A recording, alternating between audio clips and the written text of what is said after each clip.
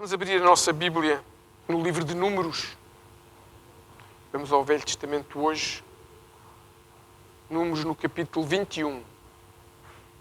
Vamos ler dos versículos 4 ao versículo 9.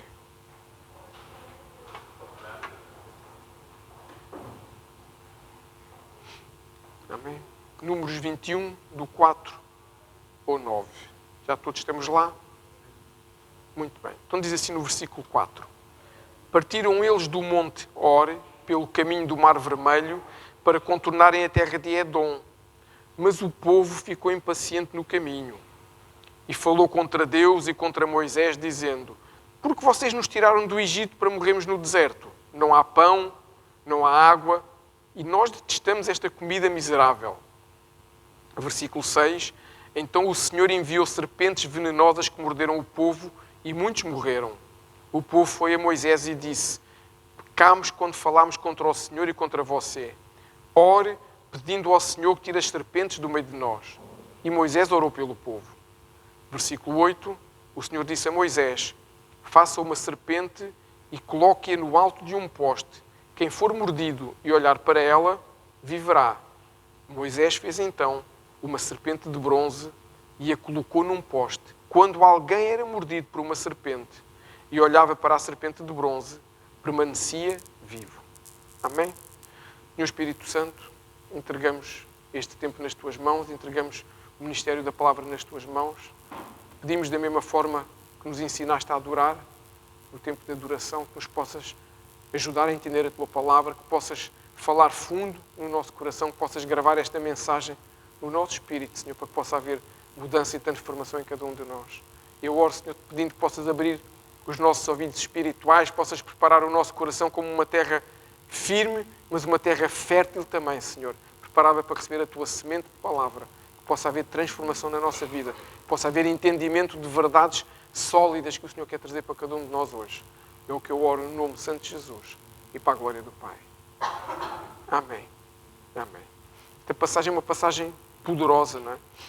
Muitas vezes, se calhar, eu já pensei assim um pouquinho no início, ao ler esta passagem, isto parecia que Deus estava a mandar fazer uma coisa mística, não é? Deus está ali a mandar fazer uma coisa para se olhar uma serpente, mas não é nada disso.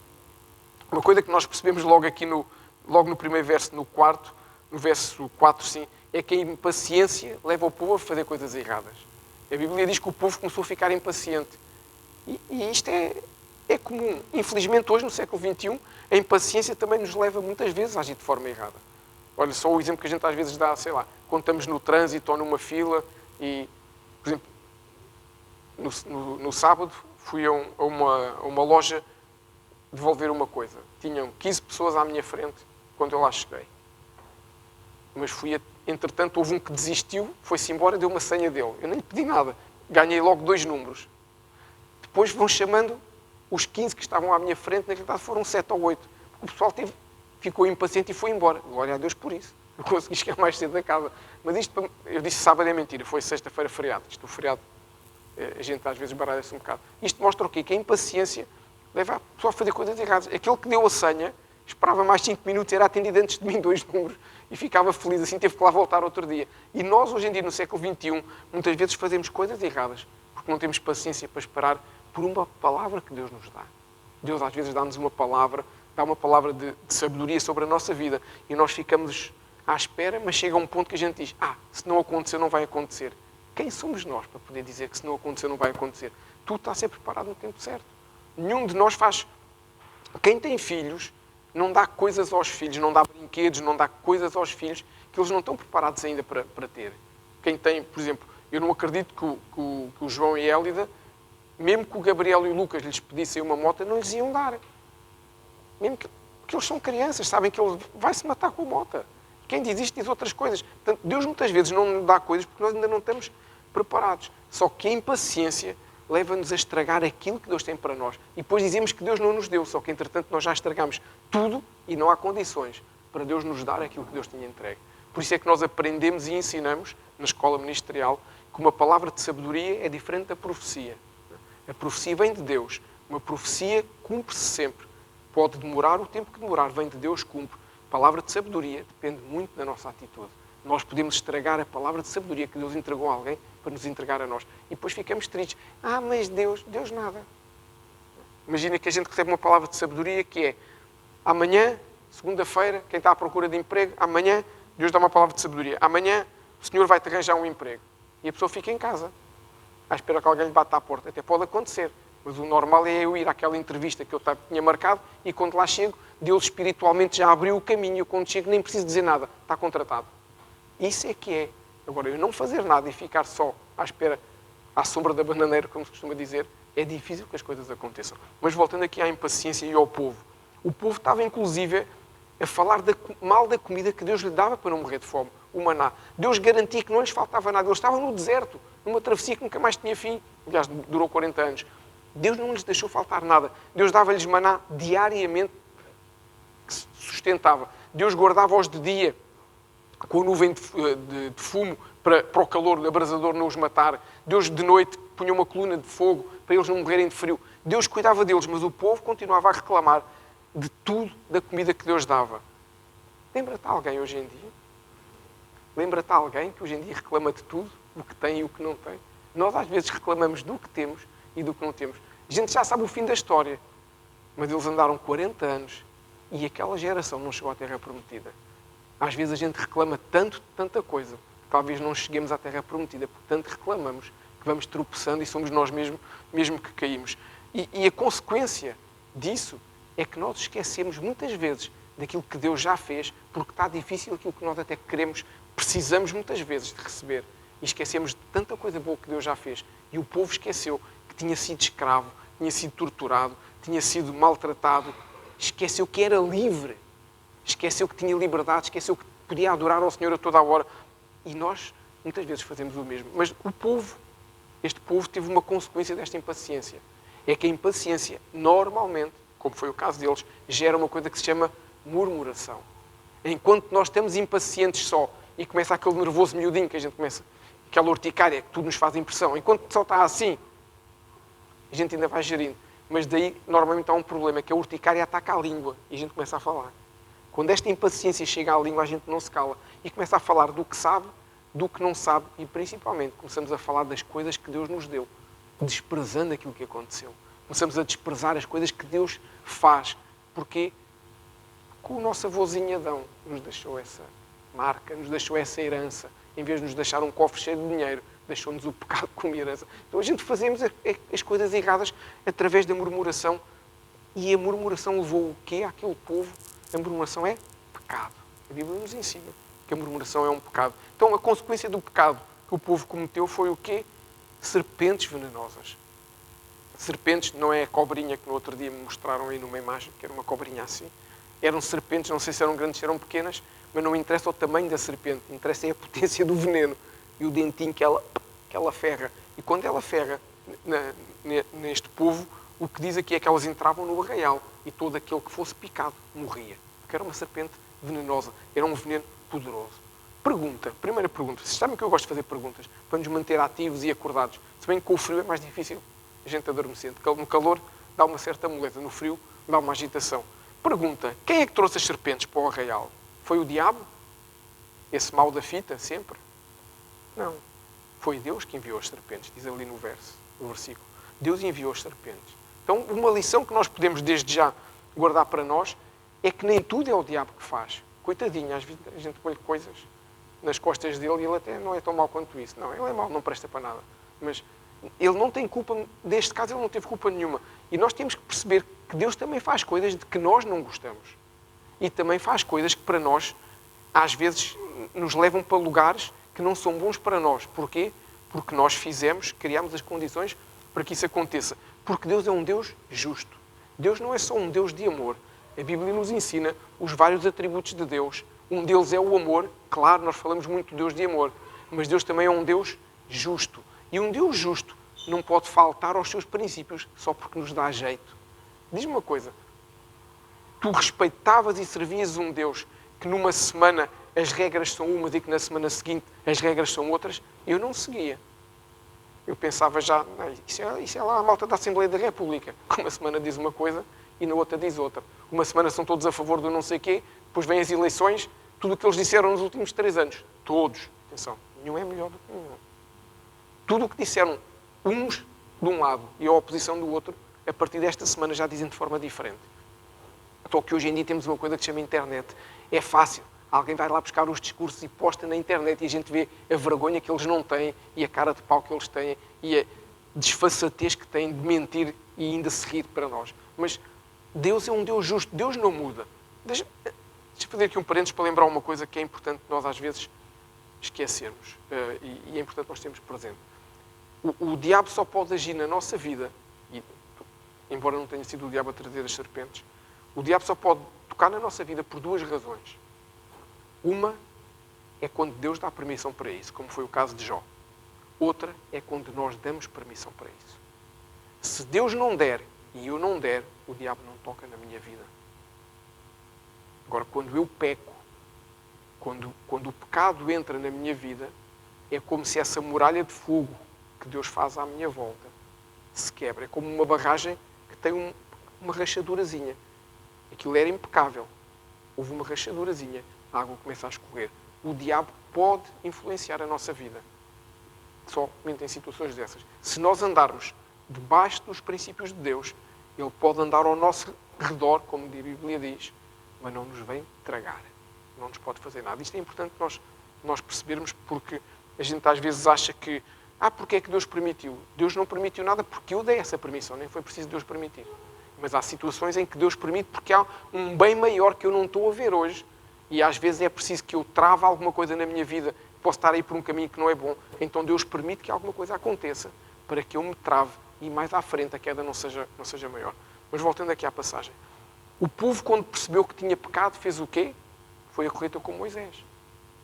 Não se pode esquecer, naquela altura, eles não tinham acesso a Deus. Eles ainda não sabiam, como nós hoje temos o Espírito Santo, não sabiam que podiam orar. Então eles foram ter com quem? Com o líder deles, o libertador deles. Lembrem-se que Moisés tipifica Jesus no Novo Testamento. Moisés é o libertador do povo. Eles foram ter com Moisés e disseram: Moisés, tu que és o tal que consegues falar com Deus, pede ao teu Deus, pede ao nosso Deus, que possas orar e pede para ele retirar as serpentes do nosso meio. E Moisés assim fez. A Bíblia nos diz que Moisés foi orar. Deus retirou as serpentes? Não. Porquê? Lá está. Porque Deus é justo. Se havia pecado, a consequência do pecado não desaparece só porque eu digo: Deus gostava muito que a consequência do meu pecado desaparecesse. Não é assim. Tudo o que eu semeio, eu colho. É uma lei espiritual. E agrícola também, mas neste caso é espiritual. Portanto, Deus, como é justo, não retirou as serpentes. Mas Deus, como é justo e amor, criou condições para que aqueles que quisessem não morressem pela picada das serpentes.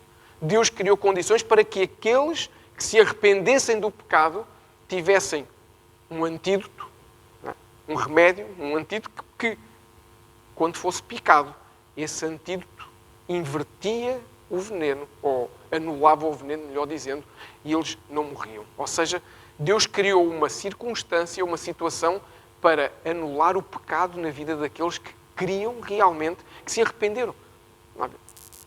Eu não acredito, que nenhum de nós acorde de manhã a dizer assim: eu hoje vou pecar, ainda não sei o quê. Eu vou pensar durante o pequeno almoço e até ao almoço eu vou decidir o que é que eu vou fazer. Nenhum de nós faz isso, amém? Se alguém faz, diga que a gente vamos já orar por libertação. Não acredito que ninguém faça. O que acontece é que a gente às vezes faz o que não deve. Vê o que não deve, ouve o que não deve, fala o que não deve, comporta-se... Acredito eu que nenhum de nós é intencional ou já se deita a pensar: escrevo num papelinho antes de me deitar, para não me esquecer, amanhã vou fazer isto para pecar. Não, só que acontece. Por isso Deus dá a possibilidade de quem se arrepende do que fez errado, foi o que Deus fez aqui, deu-lhe uma capacidade de anular a consequência do pecado na vida de cada um deles. Porque Deus não nos obriga a nada, amém? Tudo é uma escolha nossa. Deus deu-nos uma coisa que se chama livre-arbítrio, sem entrar muito nisso, que só isso dá para uma pregação. Deus dá-nos a escolha. Então Deus disse a Moisés para fazer o quê? Para fazer uma serpente de bronze, colocá-la num poste, portanto uma coisa alta, para que todos pudessem ver, e todo aquele que olhasse para a serpente vivia. Quem não olhasse para a serpente morria. Ou seja, quem olhasse para a serpente o veneno não fazia efeito, porque ele tinha sido mordido. Mordido tinham sido todos. Todos os que estivessem ao pé das serpentes. Quem olhasse para a serpente, o veneno não fazia efeito, ficava normal. Quem não olhasse para a serpente, morria. É ou não é justo? É. Deus deu a opção. Quem quer morrer, morre. Quem não quer, não morre. A gente pode dizer assim, eram muito burros os que não queriam olhar. Podemos. Então repete assim comigo. Eram muito burros os que não olhavam. Já vão perceber porque é que a gente disse isto. Mas Deus deu essa opção. A gente pode dizer, é um facto, podemos constatar isso. Mas Deus deu a opção e a decisão foi de cada um deles. Porquê é que Deus não retirou as serpentes, como eu disse há pouquinho? Porque o pecado continuava no coração de cada um. Se Deus retirasse as serpentes, não havia necessidade de arrependimento. Tipo, é como a criança faz uma coisa errada e nós, como pais, vamos lá e corrigimos. Mas nós fazemos o quê? Ensinamos para que ela não faça novamente.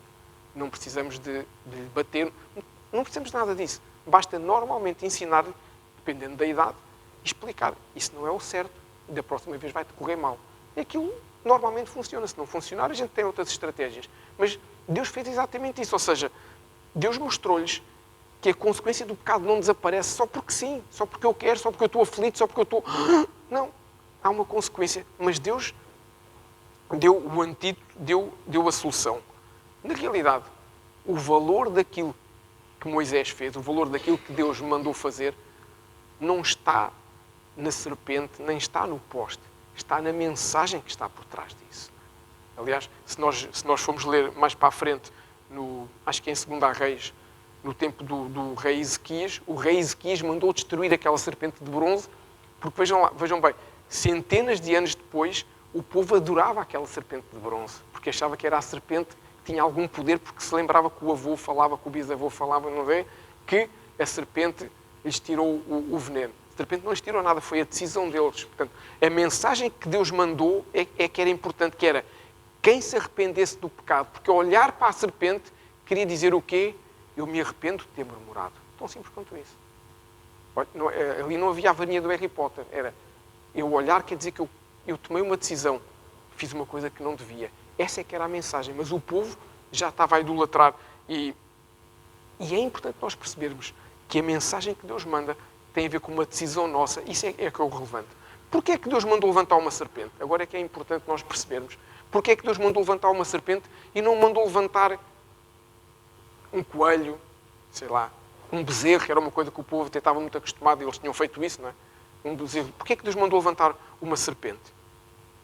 Porque o que Deus diz é que vai ser levantado o mesmo símbolo da maldição do povo. Qual era a maldição que estava sobre o povo? Serpente. Então o que é que se levantou?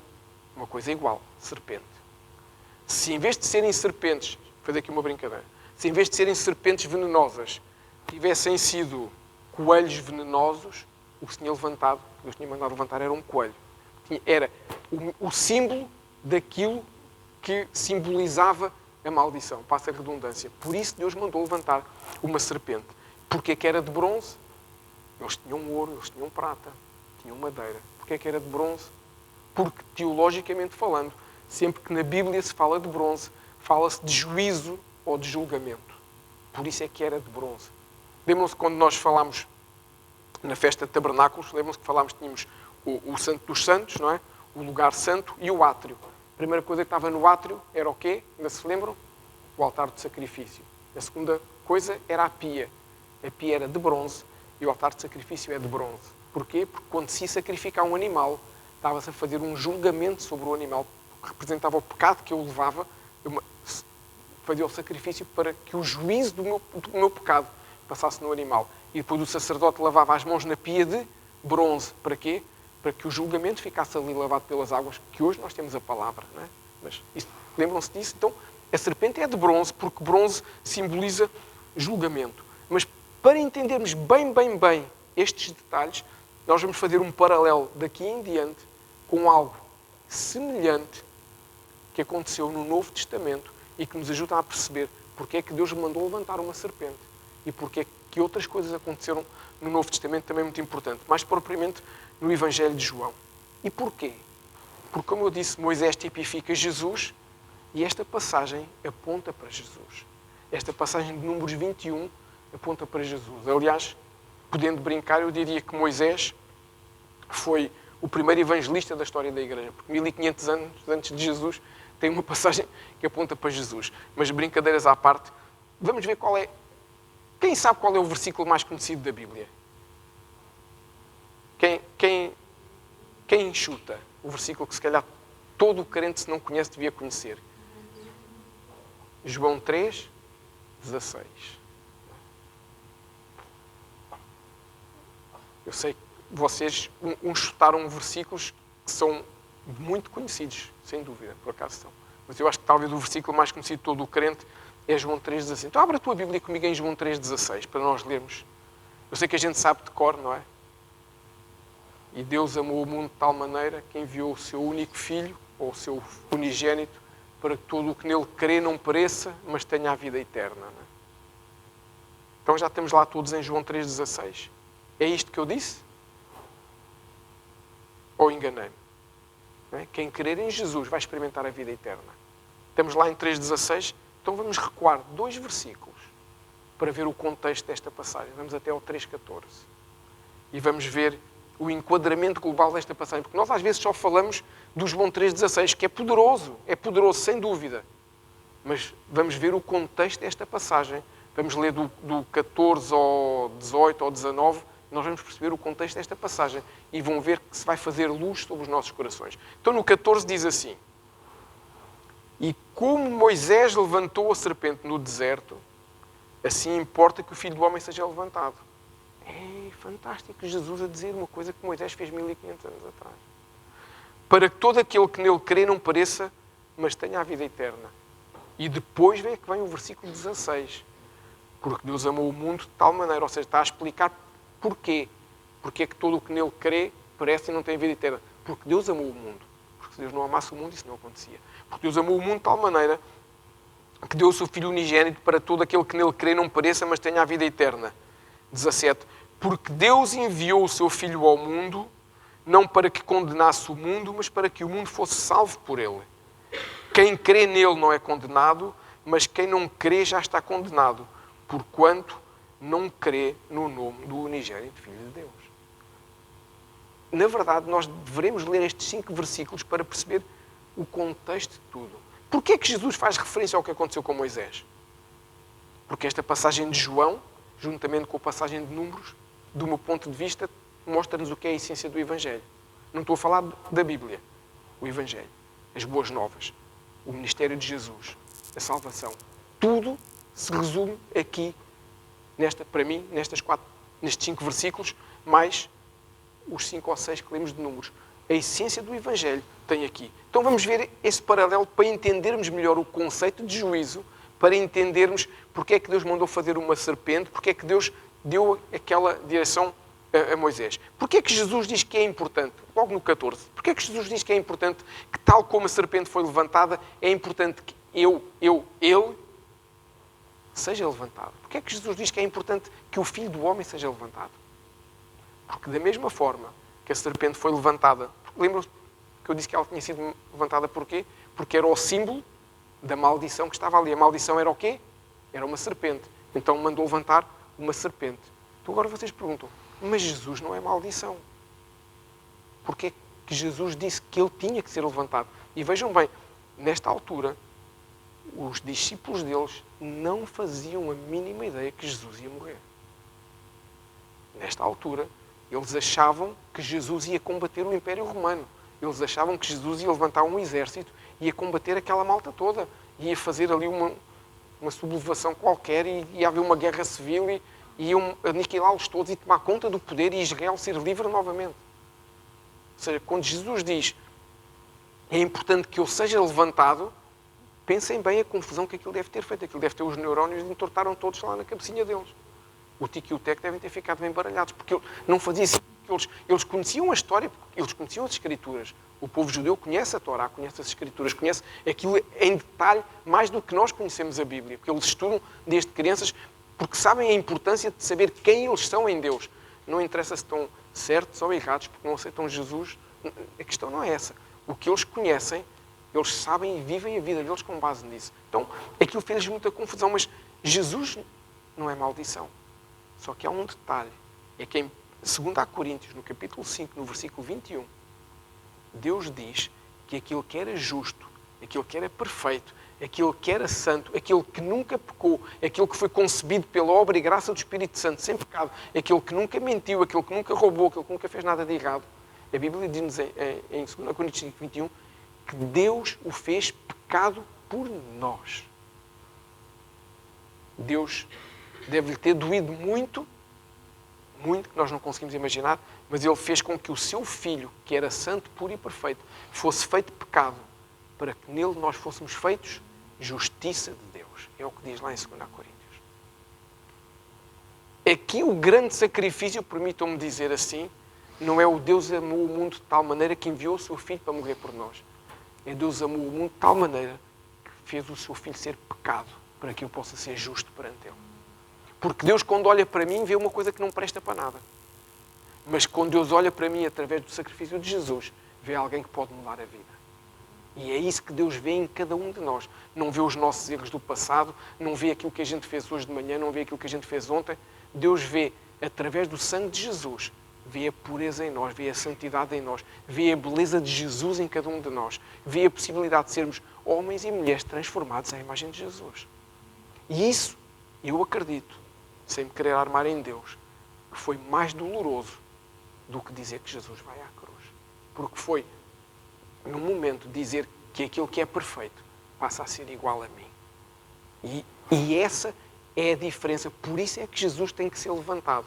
Porque quando Jesus se faz pecado, é o símbolo do meu pecado para que eu possa ter algo como a serpente era o símbolo da serpente. Por isso é que Jesus diz, é importante que eu seja levantado. Porque Jesus foi feito pecado no meu lugar, foi feito pecado no teu lugar. Em Números, a maldição que estava sobre o povo era a serpente que matava. Qual é a maldição que está sobre a nossa vida? Chama-se pecado. Na nossa vida, a maldição não é uma serpente.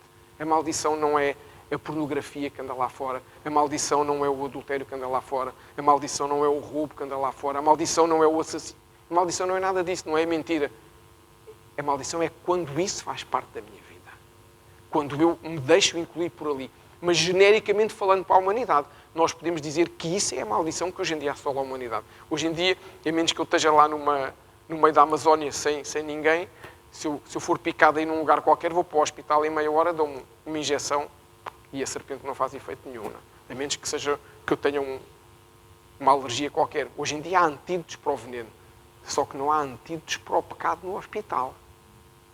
Temos Jesus. Por isso é importante que Jesus fosse levantado. Porque essa maldição que se chama pecado, enquanto que a picada matava no físico, a maldição do pecado mata no espírito. E leva-nos a uma coisa que se chama condenação eterna. E não vale a pena a gente dourar a pílula.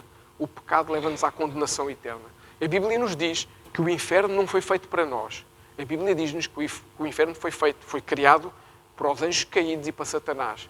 Mas a verdade é que a humanidade põe-se a jeito e aluga, faz um Airbnb do inferno e vai para lá, grátis.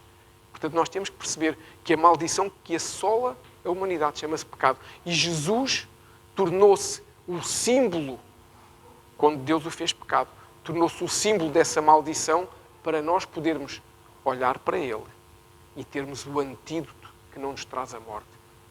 É o paralelo que nós temos entre a serpente de Moisés e a cruz de Jesus. E isto é algo que nós temos que interiorizar, porque pode fazer mudar a nossa vida, se nós virmos as coisas desta forma. Porque a salvação para todos nós foi providenciada através da morte de Jesus na cruz do Calvário. Este é o plano A de Deus. Deus não tem planos B para nós nem para ninguém. O plano A de Deus sempre foi esse. Foi o homem peca e eu tenho um plano para resgatá-lo. O homem faz uma coisa errada, mas eu tenho um plano para o resgatar. Mas Deus não nos obriga a nada, como não obrigasse no tempo de Moisés.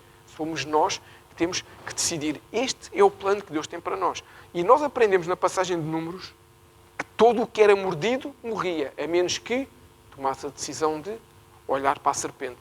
Quem não olhar, morre.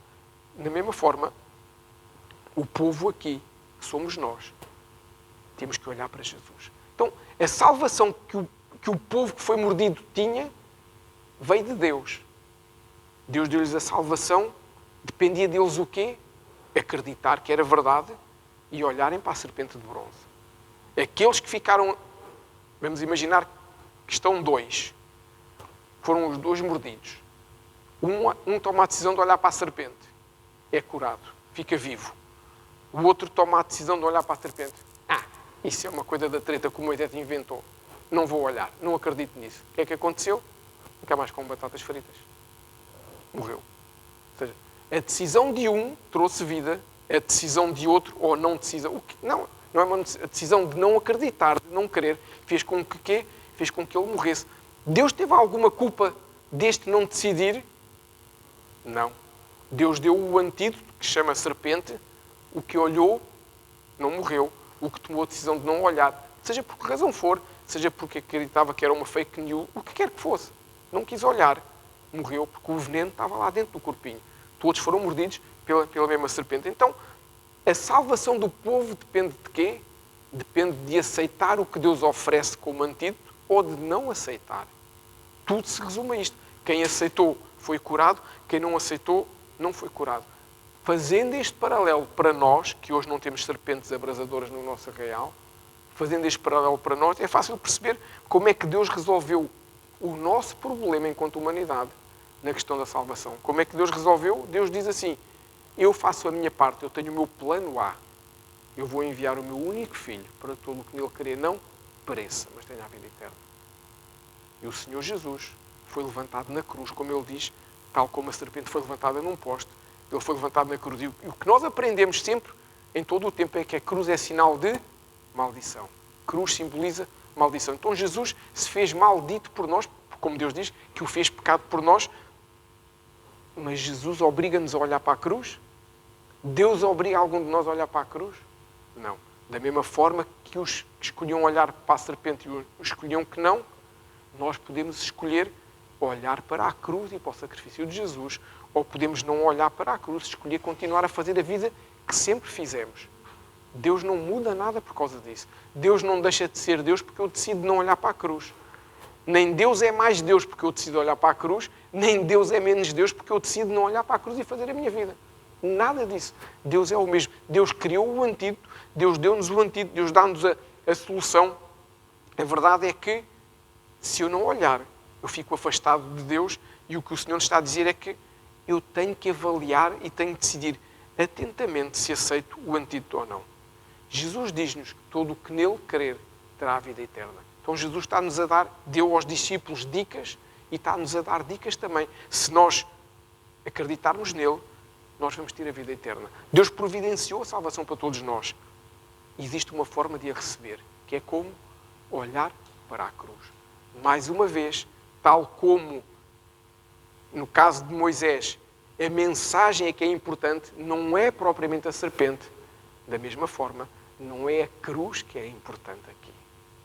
O que é importante é quem está na cruz. É importante a mensagem que Deus tem na cruz. É importante o antídoto que é Jesus que foi pendurado naquela cruz, foi pendurado no madeiro. Por isso, a grande maioria das igrejas evangélicas não têm cruz. Nenhuma tem cruz com Jesus lá crucificado. E aquelas que têm cruz, muitas delas é por uma questão doutrinária e muitas é para lembrar que foi através da cruz que nós hoje chegámos aqui. Mas a cruz é apenas a mensagem, é o símbolo. A mensagem que está por trás da cruz é que é o relevante. E nós temos que olhar para a cruz, para a obra de Jesus, para perceber que fizemos algo de errado e que podemos ser salvos por causa do sacrifício de Jesus. Nós temos que entender o que Jesus fez por nós. Nós temos que nos lembrar, em Isaías, acho que é no capítulo 53, acho que é em Isaías 53, que a Bíblia nos diz que o castigo que nos traz a paz estava sobre Ele. Então, o castigo que era meu e era teu, nós é que devíamos lá estar. Nós é que devíamos ter subido àquela cruz, nós é que devíamos ter sido crucificados, porque nós é que pecámos, nós é que ficamos errados. O castigo que estava sobre nós está, e que nos trazia a paz, está sobre Ele. E, biblicamente falando, teologicamente falando, quando nós reconhecemos a obra da cruz, a isto dá-se o nome de substituição. Ou seja, nós percebemos que Jesus nos substituiu naquele lugar. Pensa assim, tu vais a um julgamento, és condenado a 3 anos de prisão e aparece lá alguém que diz assim, não, eu fico no lugar dele, eu vou preso 3 anos. Eu a vida dele é mais importante que a minha, eu fico os 3 anos na prisão. Vamos imaginar que o tribunal até aceitava. Essa pessoa substituiu a mim, que eu devia ir preso 3 anos. Foi o que Jesus fez. Jesus substituiu cada um de nós no julgamento do pecado. E diz assim, não, eu fico ali na cruz. Eu fico por cada um deles. Eu fico por cada um que hoje está aqui na minha igreja. Eu fico por cada um que amanhã vem na minha igreja. Eu fico por cada um que reconhece esta mudança de vida, este paradigma. Então, Jesus foi para aquela cruz como se fosse um criminoso. Jesus estava no meio de 2 criminosos. O Império Romano só crucificava quem era um criminoso grave. Os que eram mais leves, aquilo eram umas chicotadas, matavam, cortavam a cabeça, mas eles só crucificavam aqueles que eram considerados graves. Então Jesus foi para lá como se fosse algo grave mesmo. E é grave o que a humanidade faz. Não o que Jesus fez, o que a humanidade faz. Então, esta substituição que Jesus fez, que ele se fez, como diz lá no livro de Gálatas, ele se fez maldição em nosso lugar. Por isso é que o apóstolo Paulo diz, já estou crucificado em Cristo. O apóstolo Paulo não se foi crucificar no coração dele. Ele percebeu o que Jesus tinha feito por ele. Então, ele percebeu que Jesus o substituiu. Mas o livro de Gálatas diz que ele se fez maldição para que nós pudéssemos receber a bênção. Jesus não subiu somente à cruz para eu ter vida, mas para que eu pudesse ter as bênçãos que Deus tem para cada um de nós, para os seus filhos. O sacrifício de Jesus é muito mais além do que somente o perdão dos meus pecados, que já é muito importante, do que somente a vida eterna, que já é muito importante. Esse sacrifício de Jesus permite que eu possa ter as bênçãos que o Senhor tem para a minha vida, para a minha casa e para a minha descendência, porque o nosso Deus é um Deus geracional. Por isso, é importante nós percebermos este fator. Porquê? Porque a gente às vezes lamenta-se por tudo e por nada quando a vida não nos corre bem. Ficamos impacientes como aqueles que a gente leu no início, não é? E a vida não nos corre bem. Ai, estou sem assim. Não tenho isto. Não tenho aquilo. E a gente lamenta-se. Não consigo fazer aquilo. Não consigo ter aquilo. E a gente lamenta-se quando Jesus fez tudo por nós já. Quando Jesus foi àquela cruz e não se lamentou. A Bíblia nos diz que ele foi sem abrir a boca. Jesus não foi a murmurar. Jesus não foi a dizer. Jesus podia ter ido para a cruz e dizer assim, pronto, eu vou lá porque tem que ser, mas eles não merecem nada. Jesus não fez nada disso. Jesus entendeu, o meu sacrifício é para que eles tenham vida. Vou ser feito pecado por eles, é coisa horrível, mas é para eles terem vida. Vou ser feito maldição por eles, ok, para eles terem bênção, ok. Então, nós às vezes lamentamos-nos por coisas que não vale a pena quando Jesus nos deu tudo. Atenção que eu não estou aqui a falar da teologia da prosperidade, que é uma coisa que eu não acredito. Não vou dizer que abomino, que é muito forte, mas anda lá perto. Que é o enganar as pessoas, dizendo que nós vamos ser todos ricos, famosos, maravilhosos e coisa e tal, porque... Não. Nós vamos ser todos maravilhosos porque somos maravilhosos em Cristo Jesus. Amém? O resto, não. Toda a riqueza que a gente tem é para que o reino possa avançar, não é para... Nada disso. E nem sempre as coisas vão ser fáceis. Há momentos que não são tão bons, vai haver adversidades, vai haver tempestades, vai. Temos Jesus connosco. Amém? Quando eu estou a dizer as bênçãos nós temos que perceber que Jesus já fez o que era difícil. Nós agora somos o seu irmão mais novo. Somos filhos de Deus. Então, temos essas bênçãos.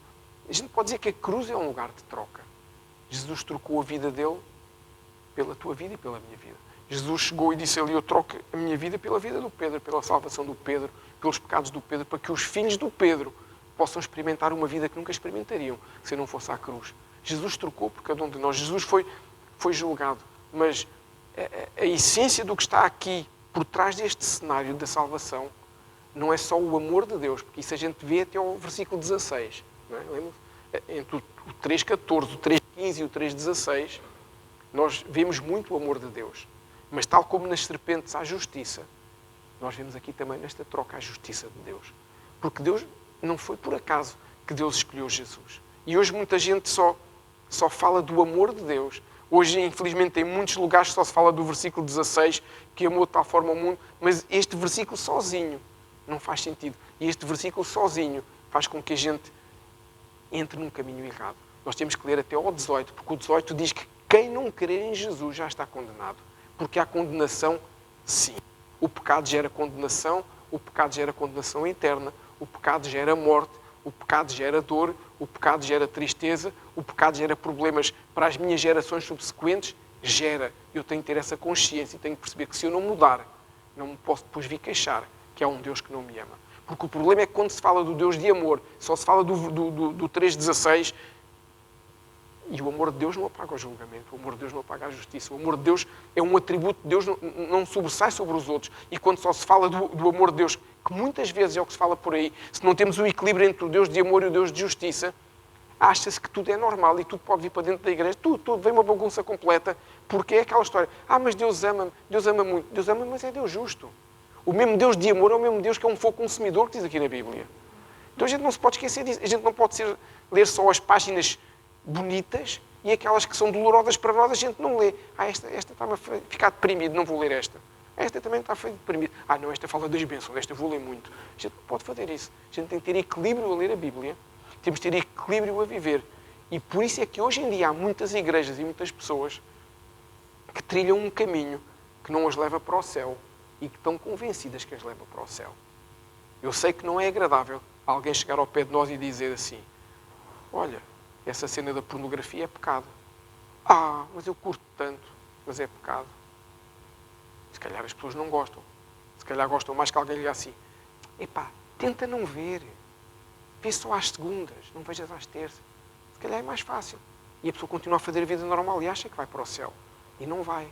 Então é importante nós podermos dizer o que é pecado, o que não é. Eu estou a dizer o exemplo da pornografia como podia dizer, olha, não roubes maçãs ali no supermercado. É exatamente a mesma coisa. E o problema é que muitas vezes diz, coitadinha, está numa fase. É uma fase que só está há 25 anos nessa fase. Mas vai chegar o dia, não vai chegar o dia nenhum que a pessoa está convencida que já olhou para a cruz, está convencida que já tem o antídoto da picada, mas não tem nada. Está completamente envenenada no seu espírito, na sua alma e muitas vezes no seu físico. E não vai para o céu.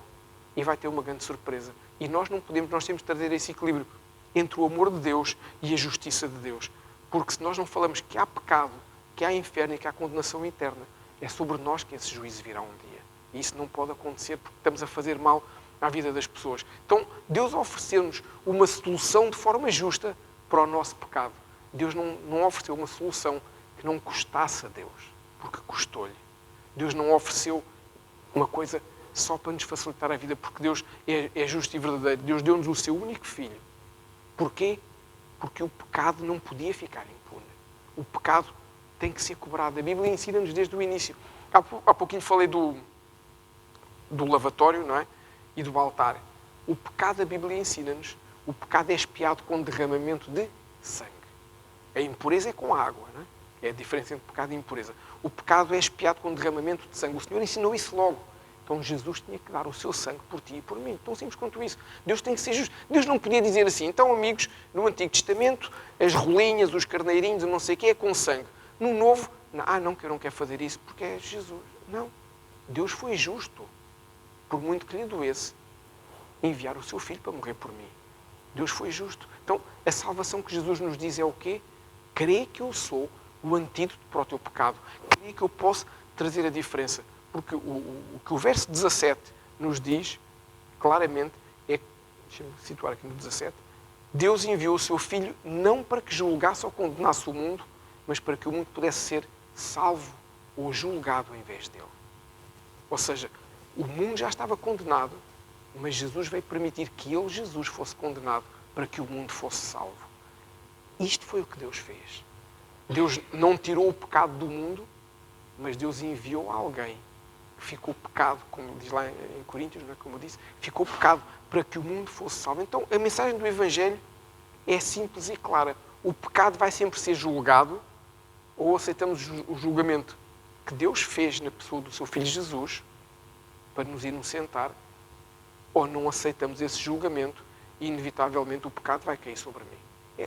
É como a picada. Por isso é que este paralelo é interessante. Por isso é que Jesus aqui falou aos seus discípulos da comparação com Moisés, para mais facilmente eles perceberem, porque eles não imaginavam que Jesus ia ser morto. Então, nós temos que perceber, é uma decisão nossa. O antídoto é Jesus. E só há uma forma de escapar do juízo, da picada, que já está destinada. é acreditar que Jesus nos pode trazer essa cura. É acreditar que Jesus nos pode trazer essa salvação. O que é que Deus disse a Moisés? Todo o que olhar será curado. O que não olhar já está condenado. O que é que Jesus nos diz aqui no verso 17? Todo o que crer no Filho será salvo, todo o que não crer já está condenado. A mesma maldição, uma maldição, outra maldição. Um antídoto, outro antídoto. Um era para a morte física, o outro é para a morte espiritual, que acaba por nos levar à morte física. O que é que isto nos ensina de uma forma clara? Que nós temos que olhar para a cruz de Jesus. Temos que olhar para a obra que Ele realizou, reconhecer o que Ele fez e perceber que a partir daí o antídoto contra o pecado está disponível para mim e para ti. Quando eu olho para a cruz, quando eu percebo o que Jesus fez por mim, quando eu entendo que ali está o antídoto, aí eu posso mudar. Não há outra forma de mudar. Não é acender velas, não é fazer promessas, não é andar de joelhos não sei aonde, não é ir a pé até ao Pingo Doce. Não, nada disso. É olhar para a cruz, crer na obra que Jesus realizou através da cruz do Calvário, apropriar-me disso. Porquê? Porque a Bíblia nos diz que Deus deseja que todo o homem e mulher sejam salvos. Deus não tem prazer em que ninguém não vá para o céu. Deus não tem prazer em que a gente tenha uma vida má. Deus não tem prazer em que a gente vá para o inferno. Deus quer que todos sejamos salvos. Mas Deus não impõe a ninguém essa salvação. Como não impôs aos que estavam lá no arraial das serpentes, Deus não impõe a mim e a ti a salvação. Deus diz, se quiseres, está aqui o meu filho, morreu por ti. Se não quiseres, it's your call, é a tua, faz o que tu quiseres. Deus fica alegre com isso? Não. Muda alguma coisa em Deus? Não. Se eu escolher Jesus, muda alguma coisa em Deus? Não. Muda alguma coisa na minha vida? Sim. Muda alguma coisa na vida dos meus filhos? Sim. Na vida dos meus netos? Sim. E por aí fora. Se eu não escolher mudar alguma coisa na minha vida, não muda porque eu já estou lá. Mas eu tenho uma vida horrenda. Até posso achar que é boa, porque vai haver um tempo em que eu me sinto feliz com tudo o que faço. E vai haver um tempo em que eu me vou sentir a pessoa mais miserável à face da terra, porque acho que não vale nada. Principalmente alguém que já um dia ouviu alguma coisa, alguma palavra, o Espírito Santo tocou no seu coração, a gente chega a um ponto que sente que estamos completamente errados. A verdade é que Deus espera que nós decidamos experimentar a obra de Jesus. Deus espera que a gente faça a parte certa. E isto, teologicamente falando, quando eu escolho a obra de Jesus, tem um termo que se chama apropriação. Ou seja, inicialmente era a substituição, Jesus fez substituto por mim e por ti num tribunal, num julgamento, e apropriação. Porquê? Porque eu me aproprio da obra que Jesus fez na cruz do Calvário. Eu me identifico com Jesus e me aproprio daquilo que Ele fez. Me aproprio no bom sentido, porque é isso mesmo que Jesus quer que eu faça, que eu diga, não, eu quero essa mudança, eu quero essa transformação. Então eu tenho que entender que Jesus me substituiu no julgamento e aí eu tenho que dizer, eu quero essa obra na minha vida. Eu acredito que ali está o antídoto. Eu acredito que quando Deus diz que Ele se fez maldição para que eu seja bênção, que isso é verdade. Eu acredito que quando Deus diz aqui em 2 Coríntios que o fez pecado para que eu não tenha pecado, eu acredito que isso é verdade. Eu me aproprio dessas verdades bíblicas. E eu tomo posse da vida que o Senhor tem para mim. Muitas vezes os crentes dizem que creem em Jesus e que o problema do pecado está resolvido. O diabo também crê em Jesus. O diabo é o maior crente que há, porque acredita em tudo, ele já cá está há muitos anos e vê. Não é crer em Jesus, é crer na obra de Jesus, é crer no sacrifício de Jesus, é crer naquilo que Jesus fez por mim. Essa é que é a relevância. Não é só... O mundo todo acredita em Jesus. Nós estamos no ano 2023, depois de Cristo. O mundo, o calendário acredita em Jesus. A questão aqui não é essa. Toda a gente sabe que Jesus existiu. Mesmo até aqueles que acham que é só um profeta. Todos falam de Jesus. Ninguém fala do Manuel da Esquina. Jesus toda a gente sabe. Não é só crer em Jesus. É crer na obra que Jesus fez na cruz. Crer na substituição da minha vida pela vida dele. Crer que o pecado que eu tinha, ele se fez pecado para eu hoje poder ser livre. Por isso é que Deus, porque o nosso Deus é um Deus lógico. Nós é que às vezes não temos capacidade humana para entender. Porquê é que a Bíblia nos diz que o amor do Senhor nos cobre uma multidão de pecados? Foi o amor com que Jesus veio à cruz. Porque é que a Bíblia nos diz que os nossos pecados é como se tivessem sido jogados no mar do esquecimento e Deus nunca mais se lembra deles? Porque o sacrifício de Jesus fez isso tudo e Deus não vai estar a olhar para Jesus para ver o meu pecado.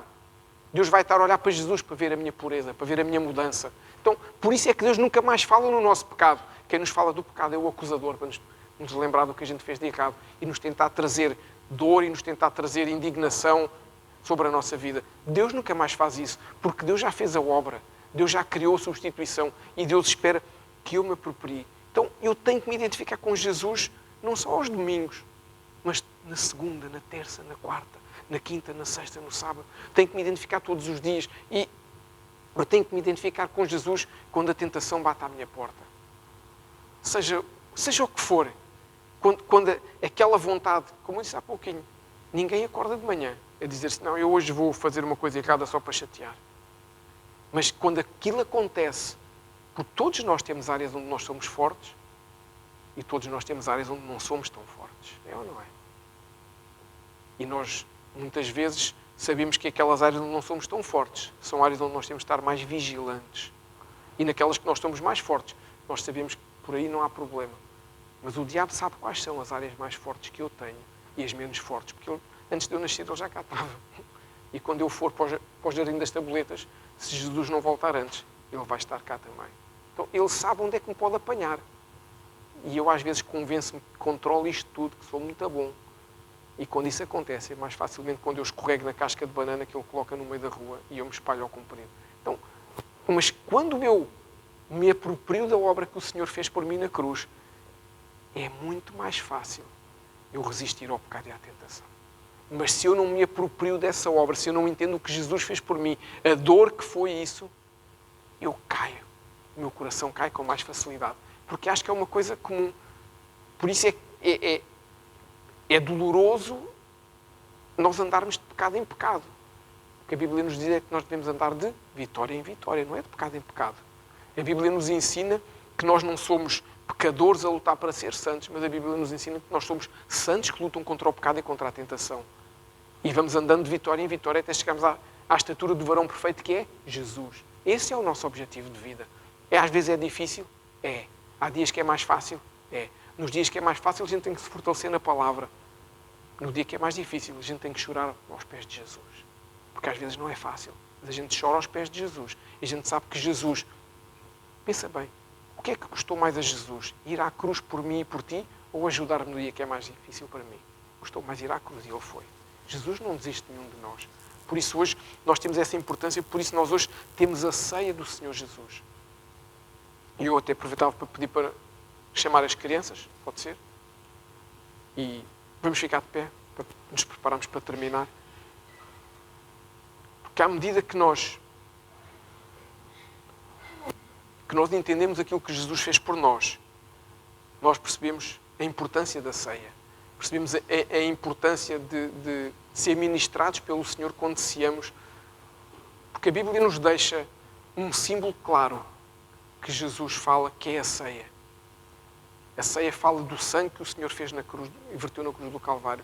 A ceia nos fala da substituição. Porque estamos a substituir, sem entrar em muitos detalhes, estamos a substituir a carne pelo pão. Estamos a substituir o sangue pelo sumo de uva ou pelo vinho. Da mesma forma que a minha vida foi substituída pela vida de Jesus.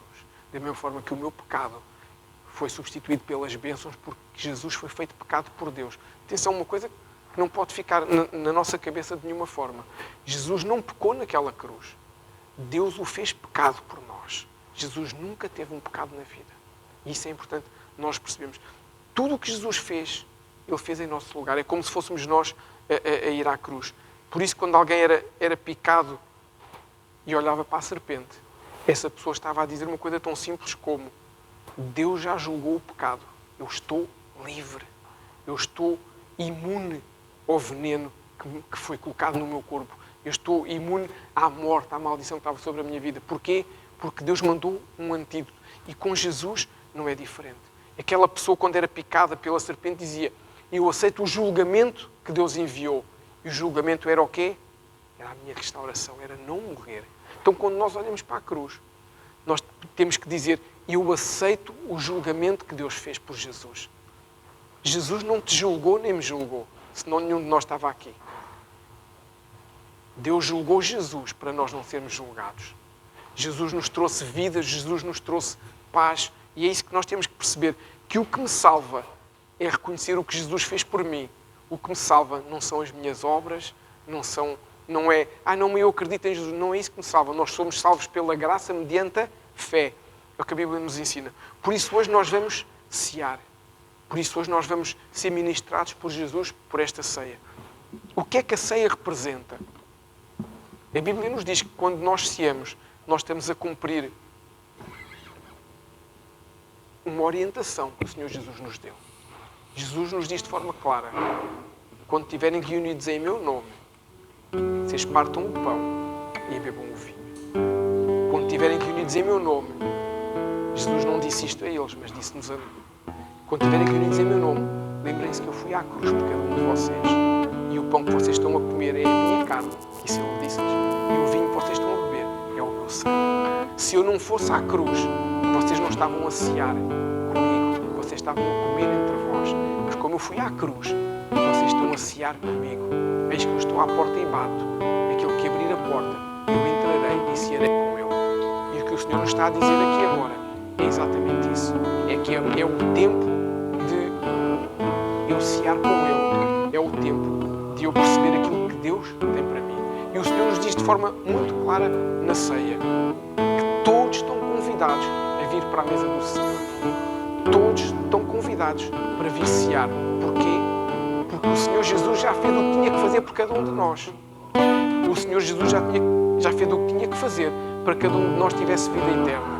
Então, de qualquer forma, o Senhor Jesus nos dá alguns detalhes importantes para nós podermos vir ou não vir à ceia. O Senhor Jesus nos diz que se tens alguma coisa contra alguém, se tens alguma coisa contra algum dos teus irmãos, eu até me atrevo a dizer mais, se tens alguma coisa contra mim, diz Deus, resolve isso antes de vires à ceia, antes de vires à minha mesa. Resolve isso antes de vires partilhar comigo o pão, antes de vires partilhar comigo o vinho. Por isso, o que a Bíblia nos diz hoje é, se tens alguma coisa contra alguém, o tempo de liberar perdão é antes de vires à mesa. Antes de vires ao altar, trazer a tua oferta, antes de vires à mesa cear. Se tens o teu coração preso com alguma coisa, pede ao Senhor Jesus, que foi à cruz por ti e por mim, para que o teu coração possa ser liberto e possas vir à mesa em paz. E o Senhor Jesus nos diz ainda outra coisa na sua palavra. Se nós sabemos que há alguma coisa na nossa vida que não está de acordo com a aliança que um dia nós estabelecemos, que nós possamos renovar essa aliança para vir à mesa. Nunca o Senhor Jesus diz, aquele que fez algo de errado não venha à mesa. O que o Senhor Jesus diz é, aquele que fez algo de errado, acerte-se e venha à minha mesa receber aquilo que eu tenho para cada um. Venha à minha mesa para receber vida. Venha à minha mesa para receber cura. Porque a ceia fala-nos de gratidão. A ceia fala-nos de gratidão pelo que Jesus fez na cruz por nós. A ceia fala-nos de gratidão por cada milagre que o Senhor fez na nossa vida. A ceia fala-nos de gratidão pela mudança, porque éramos homens maus e mulheres más e hoje somos homens e mulheres boas. Porque éramos pessoas intolerantes, éramos pessoas que mentiam, éramos pessoas que pecavam e hoje não somos. Então a ceia fala-nos de gratidão. A ceia de Jesus fala-nos de gratidão. Não é somente um símbolo, não é um ritual litúrgico ou religioso, é um tempo de gratidão. Mas a ceia também nos fala de cura, porque a mesa do Mestre cura no físico, na alma e no espírito. O Senhor, quando se sentou com aqueles homens à mesa, ele vinha lá a caminho de Emaús, Jesus vinha com eles, quilómetros e quilómetros a conversar, e eles não o viram, mas quando se sentaram à mesa e se partiu o pão, as escamas caíram dos seus olhos e eles perceberam, é o Jesus que está aqui. O Mestre está aqui comigo. E hoje o que o Senhor te diz é, eu estou aqui contigo. Não interessa o que fizeste ontem. Eu estou aqui contigo e a minha mesa traz essa cura, essa restauração a cada um de nós. A ceia é algo poderoso. A ceia fala-nos de comunhão no corpo de Cristo. Cada igreja é um pedacinho do corpo de Cristo. Cada igreja é um pedacinho desse organismo vivo que é a noiva. Quando nós ceamos, nós não conseguimos imaginar o poder no mundo espiritual que tem a ceia corporativa. Não somente eu em casa, com a minha família cear, também podemos e devemos fazê-lo quando o Senhor nos dá essa direção. Mas quando eu, como corpo de Cristo, ceio todos juntos, nós estamos a dizer o quê? Somos todos iguais em Cristo Jesus. Não há diferença. Deus não faz exceção de pessoas e nós também não devemos fazer. É cada um com o seu coração que sabe isso. E quando a igreja ceia, esta comunhão traz vida à igreja. Esta comunhão traz restauração. Esta comunhão traz a força e o vigor do Senhor para que como igreja possamos ser fortalecidos. Mas a ceia nos fala também de adoração. A ceia fala-nos do momento em que partilhamos o pão e o vinho, a carne e o sangue com o autor da vida, com aquele que deu a vida por nós, com aquele que criou tudo. Que a Bíblia nos diz que o Senhor é o alfa e o ômega, o início e o fim. Antes de tudo existir, já Jesus existia. A Bíblia nos diz que Ele nos amou primeiro. Então, isto fala-nos de adoração. É o momento em que eu posso, quando tenho o pão na minha mão, quando tenho o vinho na minha mão, Jesus está ao meu lado a olhar para mim. Jesus está a sorrir para mim com aqueles olhos lindos que nós cantámos há bocado. Jesus está a olhar para nós. Jesus está-nos a dizer: eu quero fazer morada na tua vida. Eu quero fazer a tua vida diferente. Eu quero te transformar para seres diferente. Mas por último, e não menos importante, a ceia é o momento em que eu devo avaliar o meu coração e perceber: eu estou no propósito que Deus tem para mim. Se eu não estou, que o Senhor me ajude, mas eu quero caminhar nesse propósito. Eu não quero mais ser aquele homem ou aquela mulher que estou num caminho paralelo ao de Jesus, mas nunca me cruzo com Jesus. Eu quero ser esse homem e essa mulher que me vou interseccionar com o caminho de Jesus e vou apanhar esse caminho e não saio mais desse caminho. Porque nem sempre é fácil, mas é possível. Para os que não olhavam para a serpente, a morte era o caminho, a morte era o resultado. Para os que olharam para a serpente, o resultado era a vida. Para os que não aceitam a obra de Jesus, para os que não entendem a substituição de Jesus, para os que não se apropriam, o caminho é a morte espiritual. O resultado é uma vida miserável, uma vida em que eu ando diariamente a bater contra mim mesmo. Mas para os que aceitam a substituição de Jesus, se identificam com Jesus, se apropriam das bênçãos com Jesus, é como está lá em Gálatas: Jesus fez maldição para tu e eu fôssemos a sua bênção. Podermos ter bênção e ser bênção. Então que a gente se possa apropriar disso hoje, neste tempo de ceia, que o Senhor nos possa ministrar aos nossos corações.